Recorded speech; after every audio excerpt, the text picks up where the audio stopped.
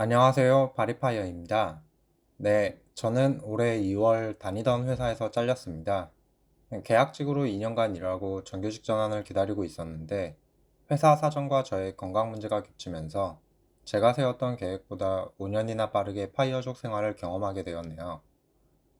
생각해보면 퇴사할 당시에 이런저런 걱정이 참 많았던 것 같은데 어느새 시간이 흘러 파이어족 생활을 한 지 6개월이 지나갔다는 게 조금 놀랍기도 합니다.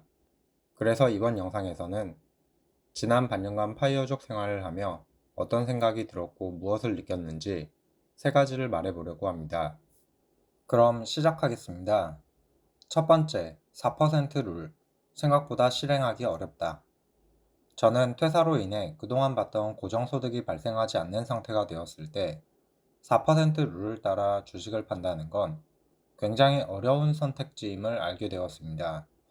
올해 같은 엄청난 상승장에도 주식이나 부동산과 같은 자산들은 급등과 급락을 번갈아가며 투자자들의 마음을 함께 요동치게 만들었습니다. 그런데 요동치는 저의 마음으로는 4% 룰이 가져오는 질문에 대한 답을 내리기 어려웠습니다. 어떤 종목을 팔 것인가? 생활비를 언제 뺄 것인가? 남은 돈은 어디에 다시 투자할 것인가? 보시는 화면은 저의 전체 계좌 상태를 보여주고 있습니다. 한 종목 한 종목 많은 공부를 했고 애정으로 수량을 모아왔기 때문에 배당주는 배당 삭감이 아니라면 매도하고 싶은 생각이 안 들었고 그렇다고 QQQ나 미국 테크 탑10을 팔자니 계좌의 성장 동력이 없어지는 듯 느껴졌습니다. 게다가 이번 8월에 블랙 먼데이 같은 상황을 겪으면서 이번엔 V자 반등으로 회복해 다행이었지만 만약 하락장이 길어지는 상황이 왔어도 4% 룰을 따라 기계적으로 주식을 매도할 수 있을까 생각해보니 저는 그냥 생활비를 줄이거나 그래도 안 되면 시장이 회복할 때까지 다시 일을 하러 가는 게 마음이 편하다는 걸 깨달았습니다. 당연히 수익이 나는 시기에 매도하면 되는 것 아니냐고 하실 수 있는데 제가 느낀 점은 수익을 보고 있어도 매도하기 어렵다는 것입니다. 아마도 저와 같은 파이어족을 꿈꾸시는 분들의 포트폴리오는 배당주 혹은 지수 ETF가 주력이라고 생각됩니다. 그런데 이런 종목들은 대부분 시장과 함께 움직입니다. 즉, 내 계좌가 상승했다면 눈여겨보고 있는 다른 종목들도 함께 상승했다는 의미입니다. 기존 종목을 팔아 수익금을 일정량 생활비로 인출하고 남은 돈으로 다른 종목을 사는 것은 다음에 찾아올 하락 사이클에서 리스크가 굉장히 커지는 것이기에 쉽지 않은 선택처럼 느껴졌습니다. 이런 이유로 왜 많은 파이어족 분들이 자산이 아니라 현금 흐름으로 파이어족의 기준을 설정하는지 지난 6개월간 그 이유를 제대로 느낄 수 있었던 것 같습니다. 상대적으로 배당주나 월세에서 나오는 현금 흐름은 내가 핵심이 되는 자산을 매도한 것이 아니기 때문에 보다 마음 편히 소비에 사용할 수 있었기 때문입니다. 예로 저의 생활비는 월세 75만원과 월평균 매당금 50만원 내에서 유지되었고 부족하면 퇴직금을 받았던 비상금 통장에서 조금씩 빼서 사용했습니다. 배당금은 가능한 인출하지 않고 재투자에 활용했는데 목표 현금 흐름에 도달하기 전까지 좀 더 스노우볼을 굴리고 싶었기 때문입니다. 그러면서 생각한 것인데 가능하면 파이어족이 되기 전에 아니 파이어를 선언하기 전에 비상금 통장에 1년치 생활비를 저축해두면 좋을 것 같습니다. 만들어둔 현금 흐름과 더해지면 사실상 수년간의 생활비가 확보되는 것이기 때문에 최악의 경우 시장이 몇 년간 침체에 들어가도 회복하는 시점까지 버틸 힘이 될 것입니다. 두 번째, 자산의 평가액이 증가할수록 더욱 보수적으로 변한다. 저는 퇴사 후 운동과 학원을 다니면서 시간을 보냈습니다. 그런데 일을 하지 않았음에도 오히려 제가 전 직장에서 받았던 연봉만큼 자산이 증식되는 특별한 경험을 했습니다. 자랑을 하려는 건 아니지만 사실 저는 코로나 하락장부터 주식을 시작했기 때문에 투자를 하고 있음에도 자산이 깎여가던 시간이 상당히 길었습니다. 오히려 계좌가 깎이면 그만큼 일에서 충당하는 게 익숙해질 정도였는데 작년 하반기부터 상승하던 계좌는 올해가 되기 전 손익분기점을 넘기 시작하더니 무서운 속도로 올라가 현재에 이르게 되었습니다.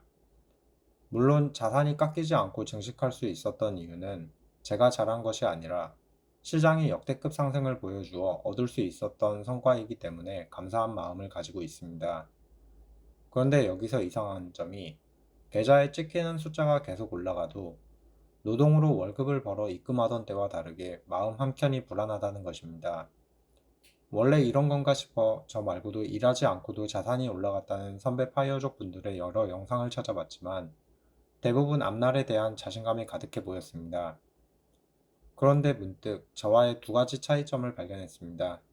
하나는 저와 자산의 규모가 다르다는 점이고, 하나는 생활비가 해결되는 소일거리를 가지고 있다는 점입니다.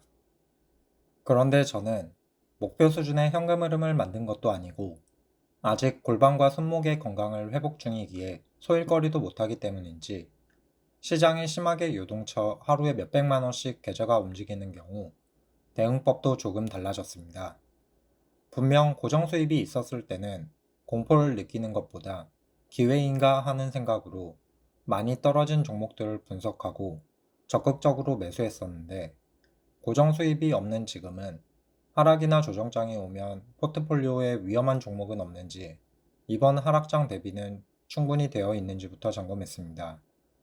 그래서 대응이 달라진 이유에 대해 고민해 봤는데, 1년 연봉 이상의 돈을 일하지 않고 벌어본 것이 처음이고, 다시금 하락장이 오거나 혹은 저의 잘못된 매매로 잃어버릴 수 있다는 생각이 저를 불안하게 만들고 대응도 달라지게 만든 게 아닌가 싶었습니다.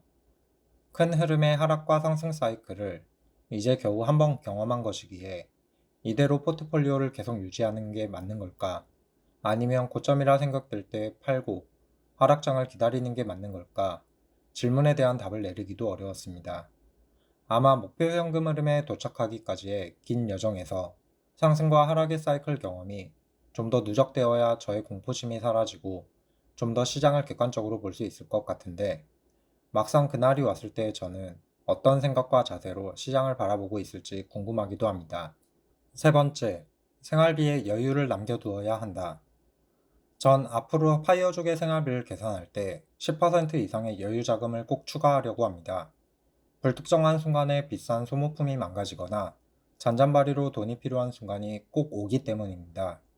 최근 밥솥이 갑자기 고장나 교체를 해야 했고, 예상치 못한 지출로 인해 한동안 긴축 재정으로 살아야 했습니다. 그나마 현재 감당 가능한 선이라 다행이었지, 만약 자동차나 컴퓨터가 고장났다면 정말 난감했을 것 같습니다. 다른 이유로는 자유로운 시간이 많아지다 보니 매일매일이 사실상 휴일이라 외식을 더 자주 하고 싶어지고, 놀러 가거나 게임을 사거나 하는 소요가 더 많아지면서 직장을 다닐 때 예상했던 것보다 지출이 많아졌습니다. 저는 파이어 생활을 해보기 전에는 월 80만 원이면 생활비로 충분할 거라 생각했는데, 막상 시작하니 대략 월 100만 원씩 쓰고 있습니다.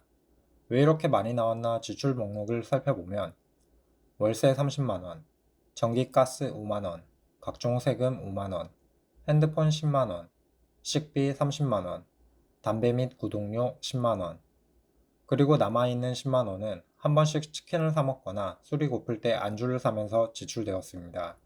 사실 줄이려면 더 줄일 수 있겠지만 물가가 예전에 제가 알던 물가가 아니기에 이것 이상으로 지출을 줄이기가 정말 쉽지 않은 것 같습니다. 이처럼 10%의 여유 자금은 하고 싶은 모든 걸 할 수 있는 건 아니지만, 최소한 리스트를 작성해 우선순위 상단에 있는 것들을 시간을 두고 할 수 있게 해주거나 예상치 못한 지출에 대해 난감할지언정 감당할 수 있게 해주었습니다. 여기까지 파이어족 생활 6개월 차에 제가 경험하면서 느낀 점 3가지를 이야기로 풀어봤습니다.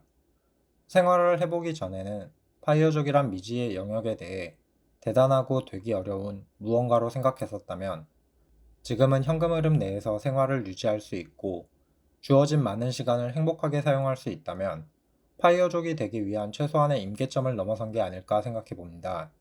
그럼 영상 시청해 주셔서 감사합니다. 구독과 좋아요는 더 좋은 영상으로 보답하겠습니다. 감사합니다.